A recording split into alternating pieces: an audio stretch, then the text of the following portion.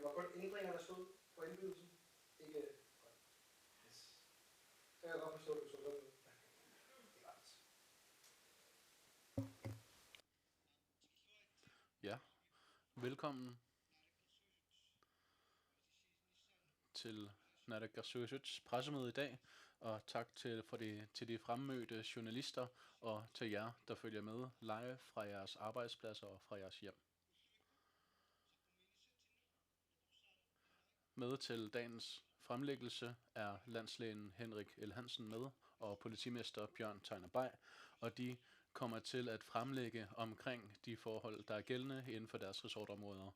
Men for det første skal jeg med glæde nævne, at vi i dag laver lempelser på coronarestriktionerne. Det er ikke fuldstændige lempelser. Det bliver ikke helt afskaffet, men vi går i den retning i dag. Og i den forbindelse kommer landslægen selvfølgelig til at forklare omkring de her nye retningslinjer i forhold til hjemmekarantæne og hjemmeisolation. Men for det første skal jeg kort sige, at de her nye lempelser, der er blevet ændret, de kommer til at være gældende, som kommer til at være gældende fra midnat, er for det første, at vi fjerner kravet om, at man skal have et coronapas. Den bliver fjernet fra midnat, og det bliver landsdækkende.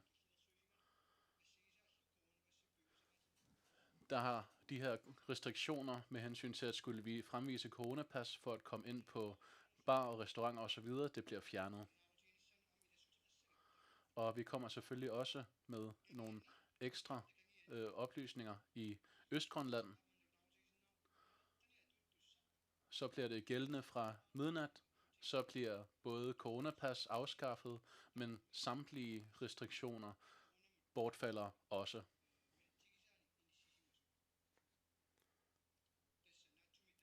Så kort sagt, i Østgrønland er der efterhånden så stor vaccinationsgrad og så lille smittetryk, at vi nu er klar til at åbne fuldt ud for Østgrønland. Det vender jeg tilbage til senere, men først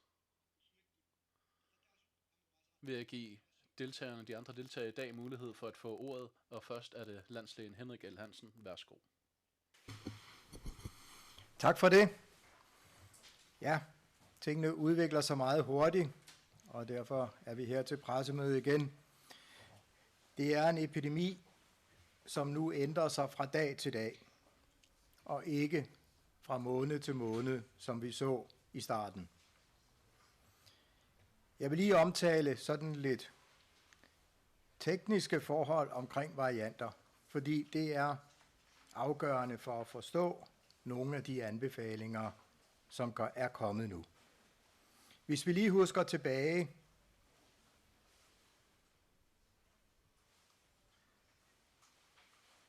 så havde vi i marts 2020 den såkaldte Wuhan-variant. Den fik vi stoppet. Senere kom den engelske variant. Den fik vi også stoppet. Så omkring 1. juli sidste år kom så Delta-varianten til Grønland. Den kunne vi ikke helt få has på. Den blev her. Men den smittede ikke frygtelig mange.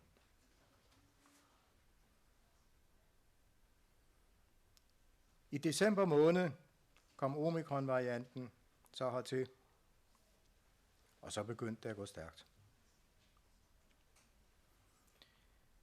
Nu har vi lige fået nogle nye oplysninger om, hvad det i virkeligheden er for nogle undertyper af Omikron-varianter, der gør sig gældende i Grønland.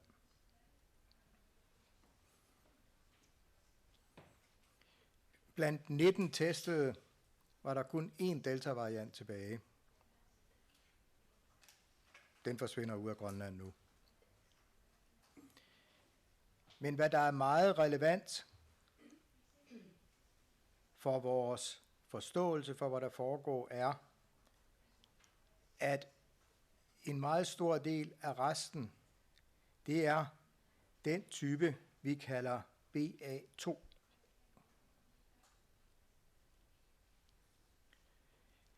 Alle de tests, der er blevet lavet op fra Ilulissat, er af undertypen BA2. Halvdelen af dem, vi har fra Nuuk, er BA2. Og det er vel at mærke test, der er taget for adskillige uger siden. Hvad betyder det?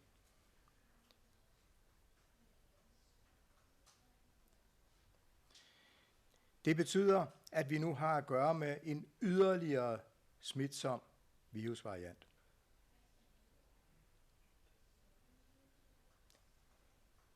BA2-varianten er ca. 30% mere smitsom end BA1-varianten, som er den anden variant, vi har fundet her i landet.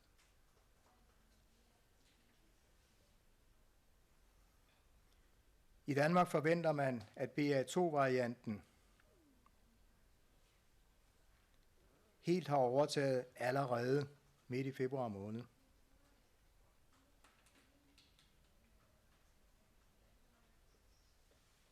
Da vi allerede har den her, må vi forvente, det samme sker. Formentlig med en uge eller tos forsinkelse.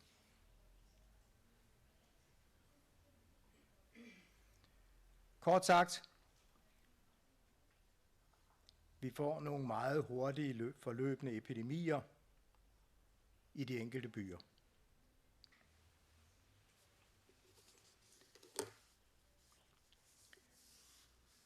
Nu ved vi også bedre noget om, hvor langt vi egentlig er i epidemien rundt omkring.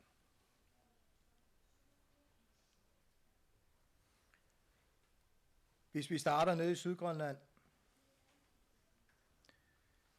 så ved vi, at fraværstallene i skolerne er rigtig højt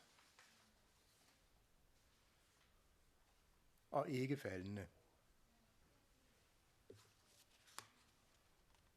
Der er fuld gang i epidemien i Sydgrønland.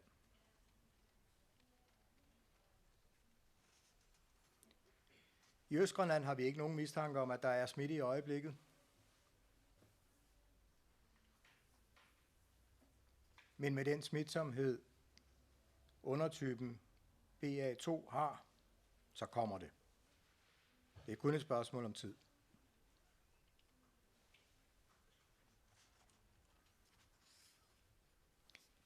Her i Nuuk har der jo været smitte rigtig længe. Men nu kan vi også begynde at se, at det går den anden vej. For eksempel har de på gymnasiet en meget detaljeret statistik over fravær.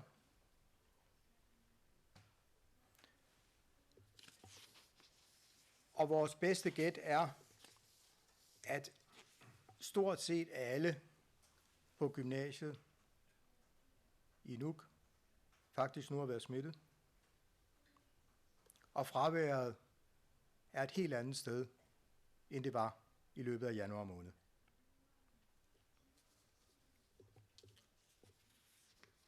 Tilsvarende har vi data fra skolerne i Nuuk, hvor vi nu også ser en klar nedadgående tendens i Nuuk.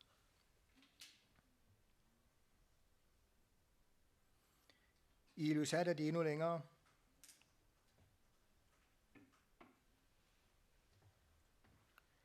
Hvorimod Sisimiut har fuld gang i epidemien nu, og har et stykke vej endnu. Vi har på den måde nu samlet oplysninger om forholdene i det meste af landet, inklusive mange bygder.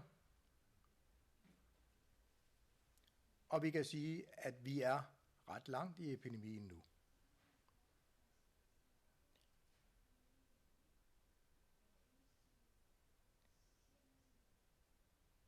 Vi kan klart begynde at se enden på det her udbrud, som nu helt tydeligt styres af BA2-varianten af omikron.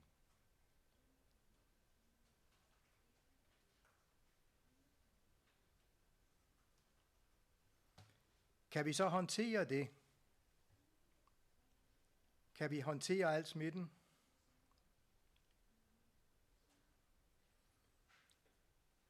Der sker uundgåeligt det, at der er borgere, der dør af det.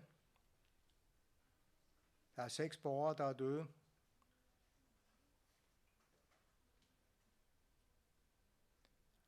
Det skyldes blandt andet, at det har vist sig helt umuligt at holde omikron BA2-varianten ude af alderdomshjemmene.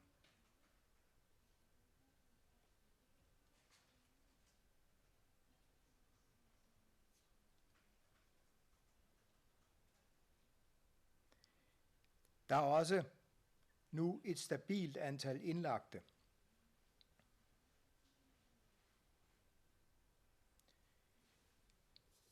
Der har været omkring 140 indlagte i hele pandemien indtil nu. Men de sidste 2 uger har vi set et stabilt niveau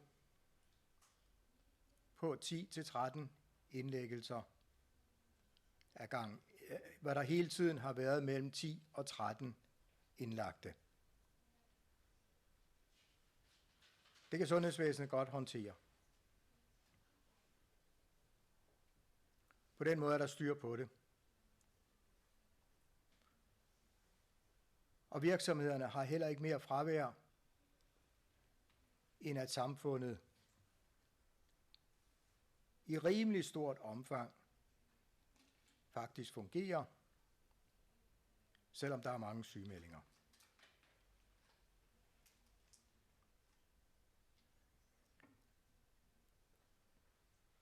På det seneste er sundhedsvæsenet også blevet hjulpet på vej af nogle af de tiltag, der har været.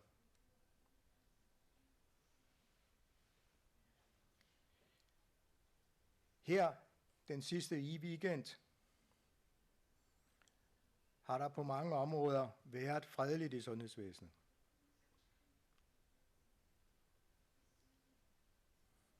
Det betyder rigtig meget,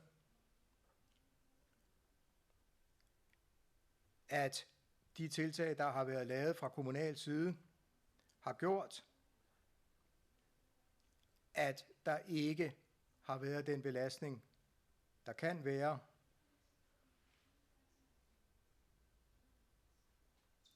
når der er lønudbetaling og pensionsudbetaling og det hele op til en weekend.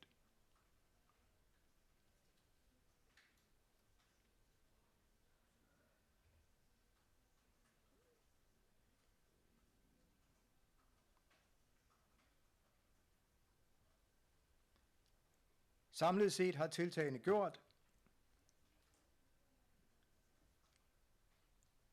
at det sundhedsvæsenet lige akkurat kan fungere,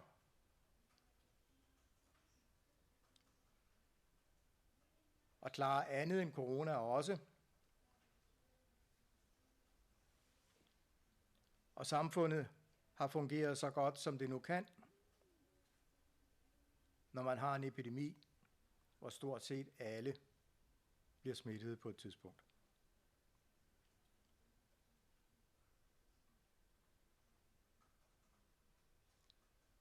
Men samlet set må man sige, at vi er nu så sikre på, hvor vi er på vej hen, at der også har været luft til at kunne give slip på nogle ting. Og det er baggrunden for, at vi har kunnet anbefale, at vi nu for alvor tager hul på lempelserne og kommer videre så hurtigt som muligt. Tak.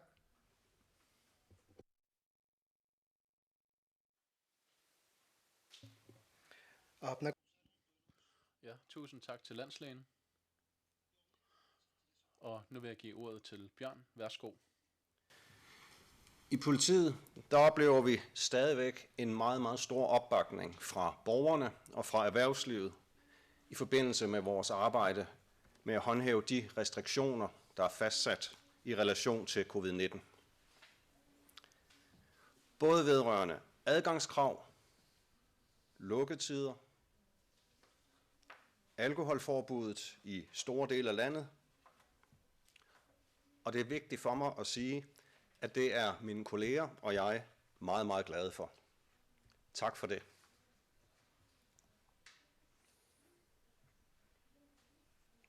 Noget af det, der har fyldt meget i debatten i den sidste uges tid, er netop alkoholforbuddet. Et alkoholforbud, der har været i kraft i 4 kommuner. Og jeg vil derfor nu give en kort status på sidste weekend, set med politiets øjne.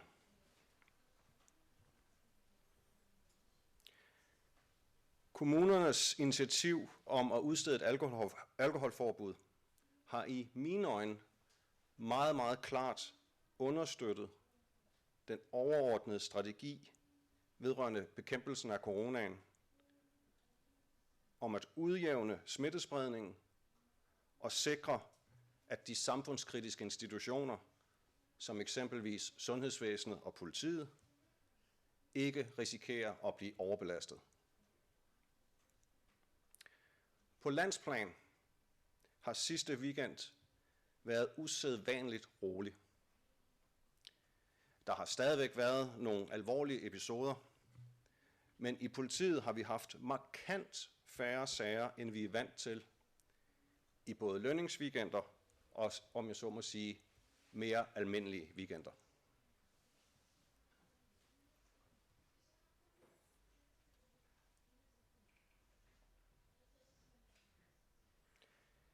Et godt mål for, hvor travlt politiet har haft det, det er at se på det samlede antal tilførsler i vores døgnrapport om alle typer af opgaver i hele landet.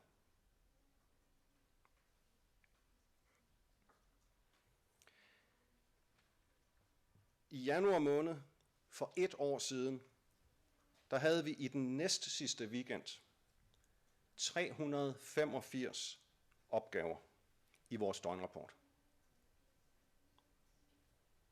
I den sidste weekend i januar for 1 år siden, det var en lønningsweekend, der havde vi 455 opgaver. I den weekend, vi lige har været igennem, der havde vi på landsplan i politiet 207 opgaver. Det vil sige lidt mere end en halvering, hvis vi sammenligner med en lønningsweekenden for 1 år siden. En anden ting, man kan se på, når man skal se på alkoholrelaterede politiopgaver i private hjem, det kan være antallet af husspektakler. I de 4 kommuner, der i sidste weekend havde et alkoholforbud, der var der i sidste weekend i 2021 i alt 47 husspektakler. I den weekend, vi lige har været igennem, der var der i alt 10 husspektakler. Og så kan jeg da nævne, at i Grøjersværk og Gregerdalik var tallet faktisk 0.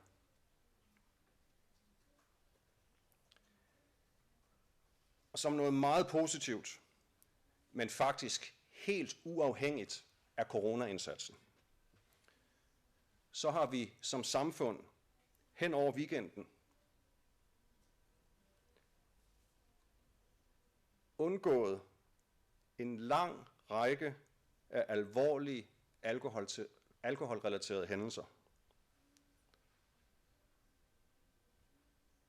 Med de konsekvenser, den slags hændelser har for børn, familier, voksne. Tak for det.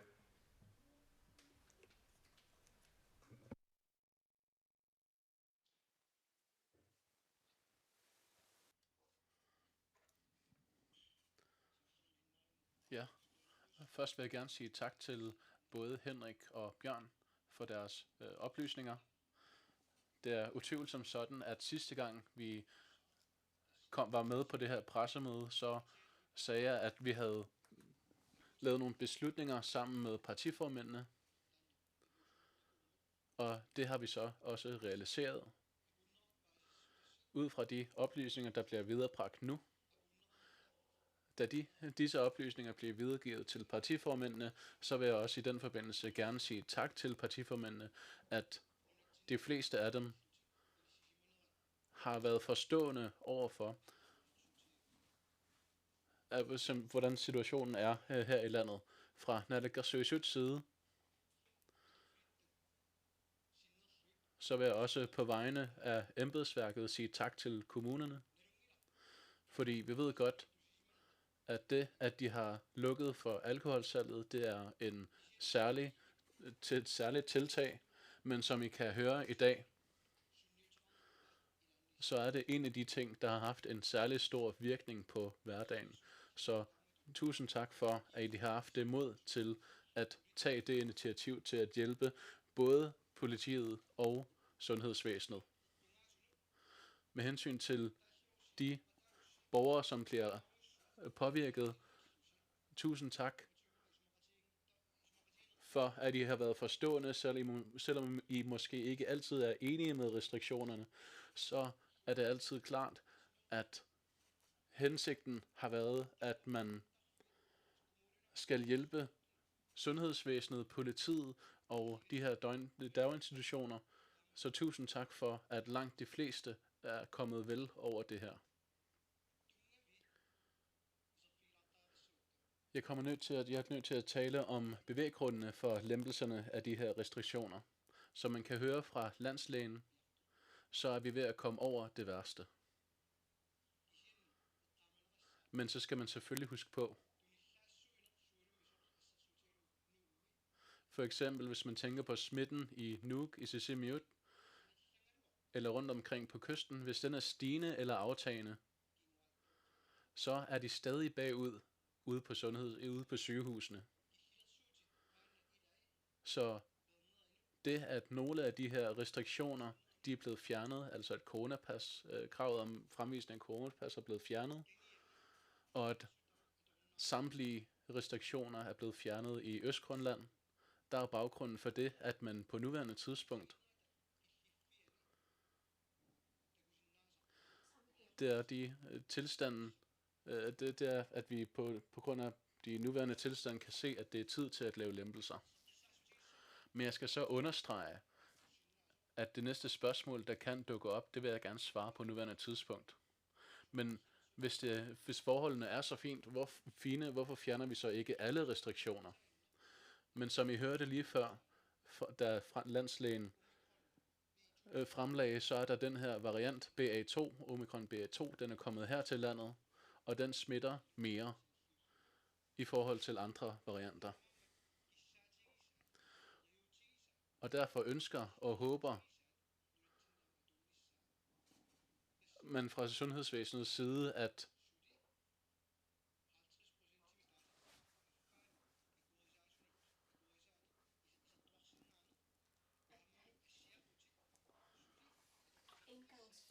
man stadig beholder fast i, at man holder fast i de her 50% ordninger i Østgrønland, hvad enten det er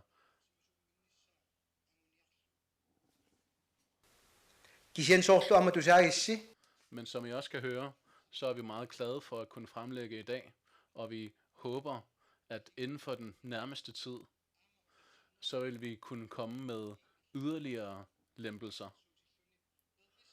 Eller måske vi ser måske også alle sammen frem til, at samtlige restriktioner bliver fjernet. Men når det så er sagt, så ved vi godt, at vi er lige ved at være der, men at vi alle sammen er nødt til at stå sammen for at komme over den sidste hurdle. Og jeg håber, at når man kigger tilbage, at vi så kan se, at vi sagtens kan stå sammen som samfund, hvad enten det er en uge eller en måned eller de nærmeste par dage, hvor vi kan efterkomme politiets og sundhedsvæsenets ønsker og anbefalinger. Og der kan vi så se frem til et yderligere positivt samarbejde. Det er så også meget vigtigt i forhold til den udmelding, som vi kommer med i dag, at vi kommer med en opfordring.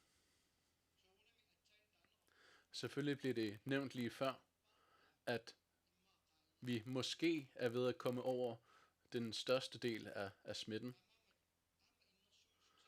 Men derfor opfordrer vi stadig til, at man så vidt muligt undgår unødig smittespredning. Det vil kun komme alle til gavn. Så derfor opfordrer vi stadig til, at man tager de her selvtests. Når de her selvtests kommer ud til både byerne og kommunerne og bygderne, så hvis man har nogle symptomer og skal til at tage ud til en fest eller andet, så kan man tage en selvtest og teste sig selv, før man tager ud. Men det budskab, som vi gerne vil komme med i dag, det er, at når vi har givet de her større beføjelser til samfundet, så er vi nået til det punkt, hvor vi er nødt til at leve med sygdommen. Og vi ved ikke, hvad der kommer i fremtiden, og vi kommer til at kunne lære meget mere i fremtiden, men når vi kigger tilbage på de seneste 2 år, og når vi kommer over det her, så er vi bedre forberedt til den næste omgang. Derfor er det også vigtigt at sige, at vi ved godt, der er rigtig mange, som ikke kan nå frem. For eksempel hvis man bor i en bygd eller by, så er det ikke alle, der har mulighed for at få vaccinen. Men der er det så, at vi stadig efterspørger muligheder for, at vi kan klare det bedre til en anden gang. Så selvom vi laver lempelser på restriktionerne nu, så vil vi stadig alle sammen opfordre til, at vi passer på hinanden. Men som I kan høre, så ja, så er der nogen, der er døde på grund af corona, desværre. Men hvis man ser samlet på smitten og situationen her i landet, og når man kigger på alle dem, der er blevet vaccineret, og alle dem, der er kommet over sygdommen, så er det meget glædeligt, at vi nu er på et stadie, hvor vi kan følge med. Da jeg fremlagde sidste gang, så var det jeg gav lovning på, at når det så ud til, at vi kunne lave lempelser, så ville vi komme med lempelser, selvom de her andre restriktioner var gældende indtil den 14. Og som landslægen sagde, det vil jeg sige op igen, at hvis tallene udvikler sig på en anden måde, og hvis vi kan lave lempelser på et hurtigere tidspunkt, så skal I selvfølgelig regne med, at vi laver de her lempelser. Men så skal jeg igen understrege, at sundhedsvæsenet ikke kører på fuld tryk igen. De kan stadig ikke følge med, fordi de stadig er belastet af corona. Så vi er meget glade for i dag at kunne sige, at coronapas er ikke længere nødvendigt i Grønland. Og det, som man har ventet længe efter, det er, at der nu er så mange vaccinerede i Østgrønland, at samtlige restriktioner fjernes i Østgrønland. Til at slutte af, og det var også noget, jeg talte om sidste gang, der vil jeg gerne lige tage det op. Og der handler det om de her 2 offentlige hjælpepakker, som nu er blevet godkendte. Og det første er 50-pakken. Den er blevet godkendt. Og den er blevet godkendt af Finansudvalget. Og de her hjælpepakker,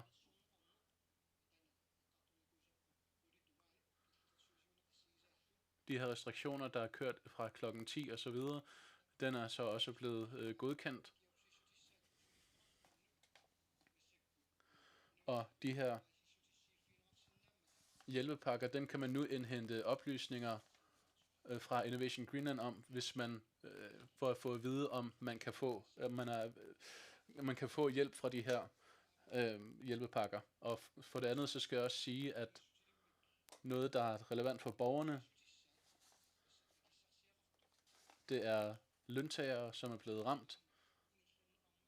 Der har vi nu også et hjælpepakker i gang, og hvis og når den bliver godkendt, så fremlægger vi også omkring den. Når vi så har sagt det, så håber vi, at vi, når vi nu har kommet med nogle glædelige nyheder, hvor vi kan lempe på nogle af restriktionerne, det håber vi, at I tager godt imod. Og nu giver jeg så mulighed for, at journalisterne kan stille spørgsmål på vegne af alle, der lytter med. Og så skal jeg lige bede jer om at nævne jeres navn og hvor I kommer fra. Og hvis I ikke ved, hvem spørgsmålet skal stilles til, værsgo. Radioavisen Isolation. Karoline, jeg arbejder for Radioavisen. Jeg vil gerne spørge om, her i Tasiilaq, så er borgerne op imod over 90%, der har de fået det andet stik allerede. Og selvom der ikke er corona, så er der stadig de her restriktioner, som er gældende. Og borgerne, de har ellers også demonstreret deres uvilje mod det her. Hvordan kan det være, at det først er på nuværende tidspunkt, at man laver de her ændringer på nuværende tidspunkt? Jo, tak for dit spørgsmål. Det er et meget forståeligt spørgsmål. Til alle, der følger med rundt omkring på kysten, hvad enten det er i Østgrønland, de har nok også lagt mærke til, at vi fik det her spørgsmål i fredags. Og svaret er stadig det samme. Hvis sundhedsvæsenet, hvis sygehuset i Nuuk skal kunne følge med, for eksempel hvis der er nogen, der bliver alvorligt syge i Tasiilaq og i Qaqortoq, således at vi kan hjælpe dem, så er der behov for, at man tager højde for hvordan forholdene er på nuværende tidspunkt. Men nu kan vi så se, at forholdene er således, at man på en god måde kan lave de her lempelser allerede på nuværende tidspunkt. Så nogle af landslægens anbefalinger, har været, at hvis vi kigger på de fakta, som vi kender til, altså hvor hurtigt smitten spreder sig, så hvis vi åbner op nu, så er det efter landslægens opfattelse sådan, at man om 2 til 3 uger, så vil der, hvis der for eksempel bliver så mange smittede i Østgrønland, så regner vi med at kunne hjælpe dem fra Nuuk. Henrik, har du noget, du gerne vil tilføje? Så værsgo. Det er helt klart en strategi, hvor vi fortsat jo er den opfattelse, at det er nødvendigt at få spredt smitten over nogen tid. Og det er jo de tiltag, grunden til, at der stadigvæk bevares nogle tiltag. Specifikt omkring Østgrønland, der må man sige, at der er udfordringen jo ikke, at der bliver mange syge, fordi befolkningen er meget begrænset, men at det er vanskeligt tilgængeligt, og det kan være en udfordring, specielt her ved vintertid. Men overordnet set kan man sige, at ved at frafalde kravet om coronapas, der flyttes ansvaret for at sikre sig selv og for at sikre landet over til den enkelte. Det er stadigvæk en meget klar anbefaling, at alle lader sig vaccinere og boostervaccinere, fordi selvom den nuværende epidemi med den variant, vi har lige nu, den snart er forbi, så må vi ikke tro, at det er helt forbi.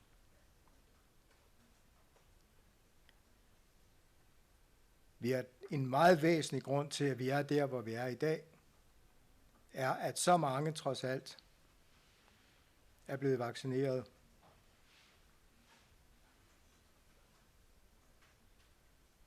Men det gør ikke, at vi ikke stadigvæk opfordrer alle til at komme med.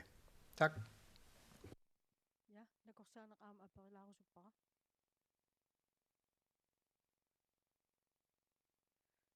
Tas oqarputit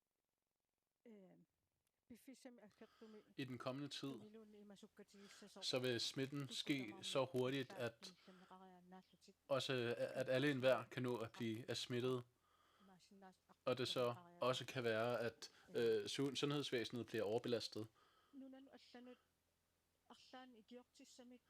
Er der nogen muligheder for at indhente hjælp fra udlandet? Altså, vi ved jo ikke om fremtiden, hvad fremtiden byder på. Det kan jo være, at der sker noget andet end det, vi forventer. Har man lagt nogle planer for at sikre sig imod dette? Altså, hvis der kommer til at mangle medhjælpere, har man så ikke nogen aftale med andre lande med hensyn til at få hjælp derfra?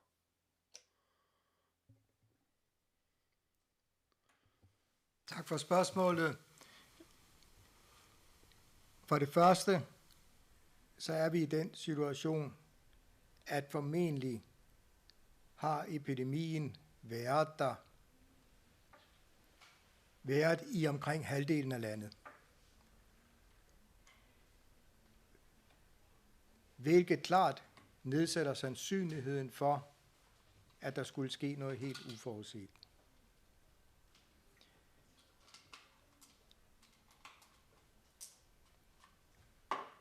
Beredskabet i sundhedsvæsenet er overordnet tilrettelagt på den måde,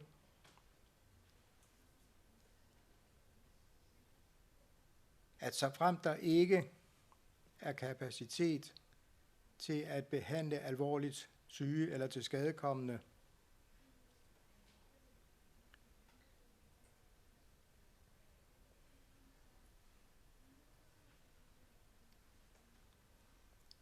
så anvendes de aftaler, som hele tiden er gældende.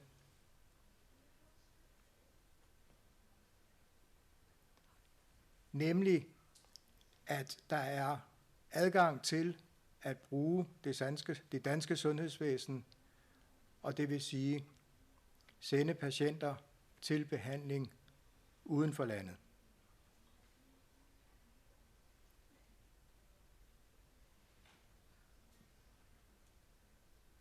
Men som det hele tiden også er gældende, så prøver man så vidt muligt at skaffe arbejdskraft udefra til at opretholde så meget drift som muligt her i landet. Tak.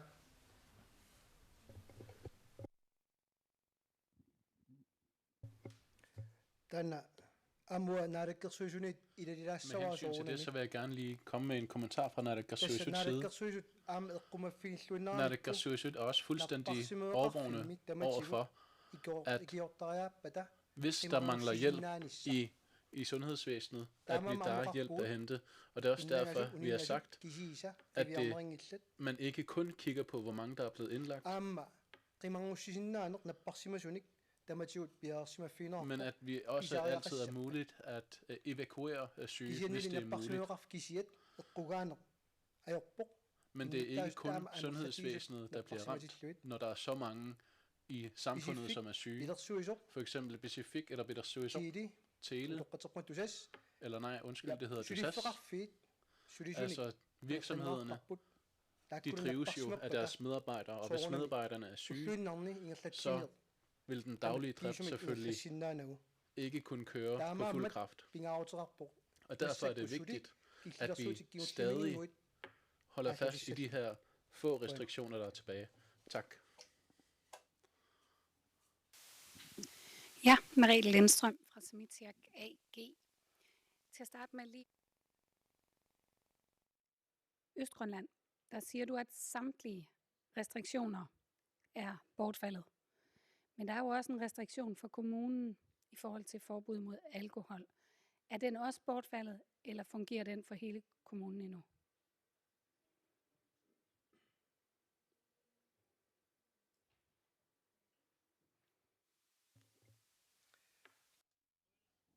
Ja, tak for dit spørgsmål. Det er også et meget forståeligt spørgsmål.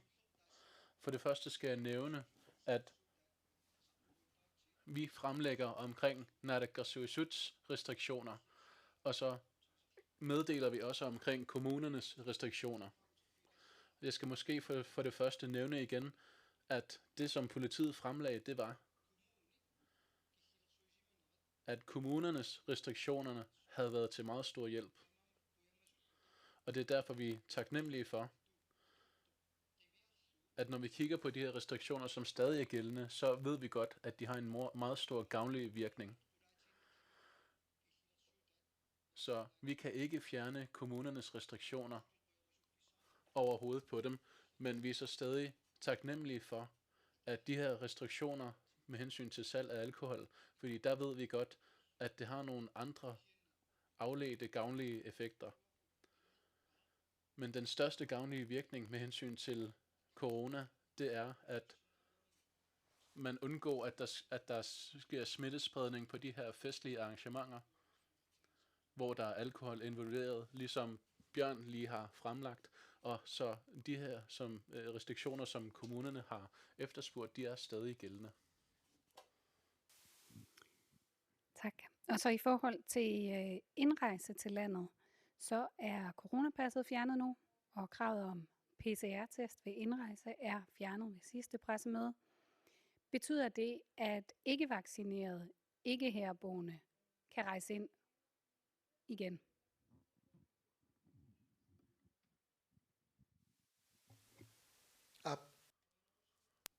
Ja, mange tak for spørgsmålet. Det er også et meget forståeligt spørgsmål. Det er måske en mulighed, som turisterne kan efterspørge. Det er stadig ikke blevet foreslået, at dem, der ikke er blevet vaccineret, og som ikke er hjemmehørende, at de skal kunne rejse her til landet. Og bevæggrunden er meget åbenlys endnu. Vores sundhedsvæsen er stadig meget travlt. Hvis udefrakommende skal komme her til landet, og så blive syge, fordi de ikke har fået coronavaccinen, så viser de oplysninger, vi har på nuværende tidspunkt, at problemet kan være, at de her grupper, det er nogen, som sundhedsvæsenet må tage sig af. Så naalakkersuisuts indstilling er stadig, at det er borgerne her i landet, at det først er, når vi kan arbejde for samtlige borgere her i landet, at vi begynder at tænke på de her turister. Turister, som har fået deres vacciner, de er selvfølgelig velkomne. Dem, der ikke har fået deres vacciner, de må vente lidt endnu. Men vi ved så også godt, at i verdenssamfundet, der er man på vej i den udvikling. Tak. Og nu har vi jo så fået Bjørn tilbage efter lang tid uden dig, Bjørn. Det vil jeg udnytte og stille et spørgsmål. I forhold til det her alkoholforbud, så lyder det jo til, at det giver en meget stor effekt for jeres arbejde. Når alkoholforbuddet falder bort igen, er der så noget, I kan tage med eller bruge i forhold til at forebygge de her husspektakler og andre alkoholrelaterede hændelser, som i høj grad også går ud over børnene? Det meget korte svar på dit spørgsmål, det er, at ja, det tror jeg helt bestemt.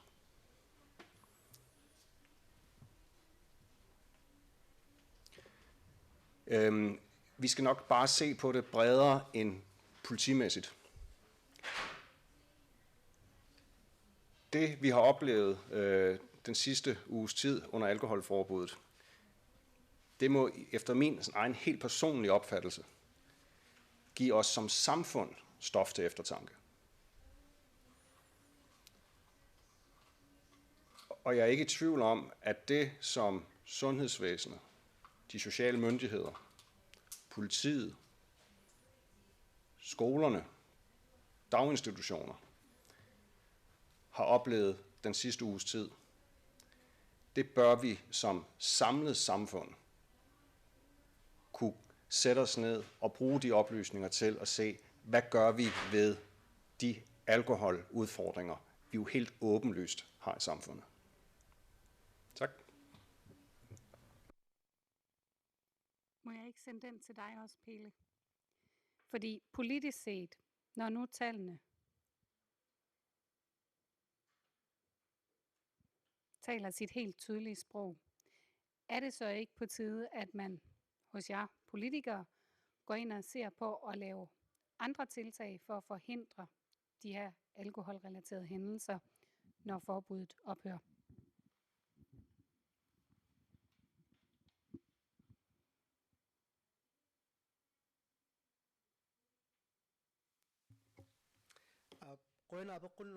Jo, tak for spørgsmålet, som er politisk karakter.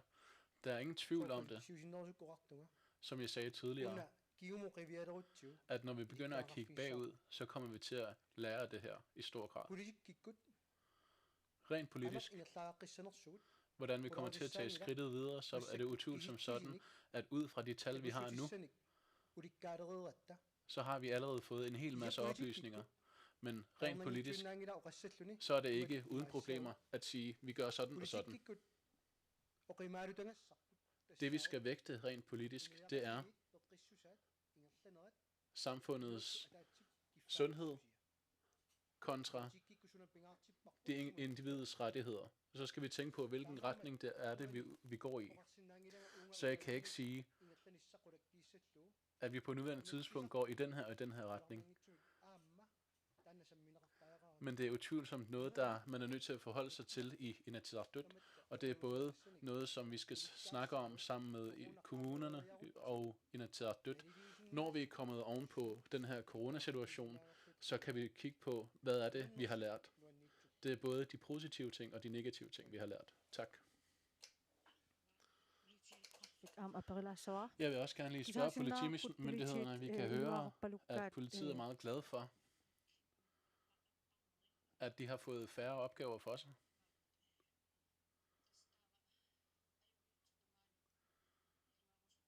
Og at man kan høre, at I er glade for udviklingen. Skal det så forstås sådan, at skal man så forvente, at der kommer en masse lukninger af alkohol i fremtiden, når det nu har haft den her positive virkning? Er det så den vej, man gerne vil gå i?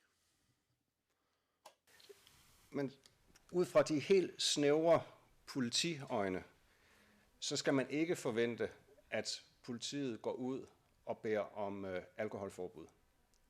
Det ser vi som et rent politisk spørgsmål, hvordan man vælger at regulere det. Det eneste, jeg bare siger, det er, at vi kan måle det meget tydeligt. Men hvis jeg skal tillade mig at bevæge mig lige på grænsen til, hvad jeg kan tillade mig at sige, så er alkoholforbud, det er jo noget, der løser en udfordring i relation til blandt andet corona her og nu. Og så skal vi se på den lange bane som samfund.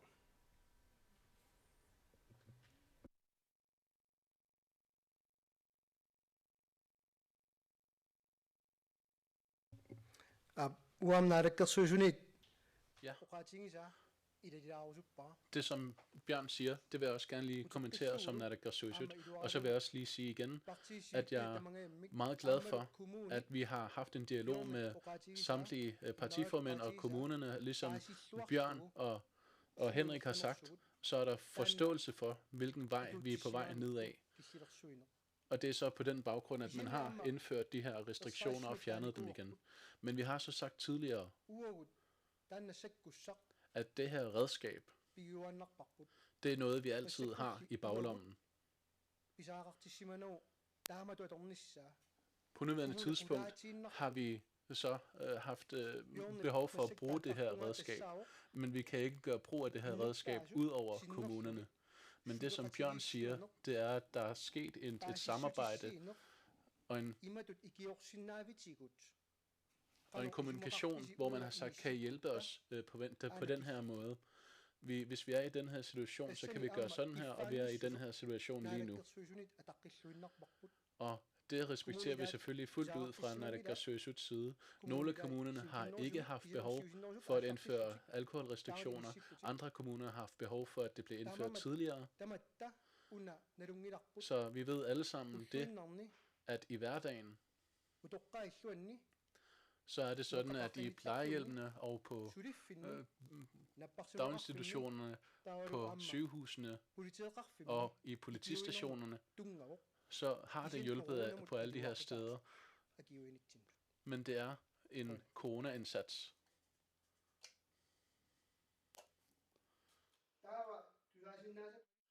Og så kan jeg høre, at journalisterne ikke har flere spørgsmål lige pt. Og vi er så meget glade for, at I har fulgt med i pressemødet i dag. Og jeg takker jer på vegne af Naalakkersuisut. Og så skal vi gerne tydeligt igen gentage, at i Østgrønland, Tasiilaq og Ittoqqortoormiit dertilhørende bygder, så er det, som vi har meddelt i dag, fra midnat ophører de her coronarestriktioner.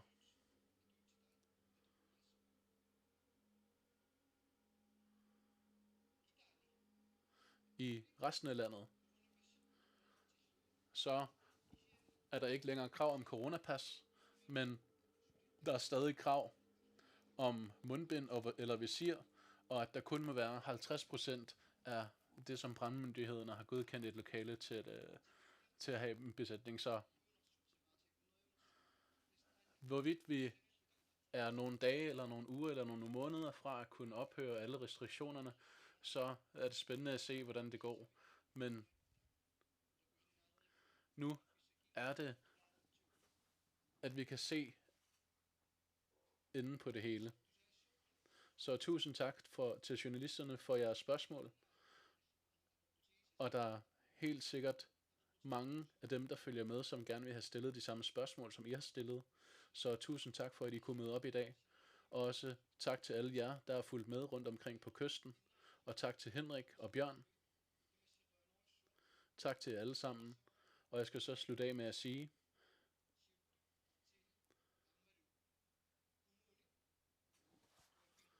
at vi gerne også vil rette tak til partiformændene og kommunerne for det samarbejde, vi har haft indtil nu. Og tak fordi I ville følge med i dag. Tak.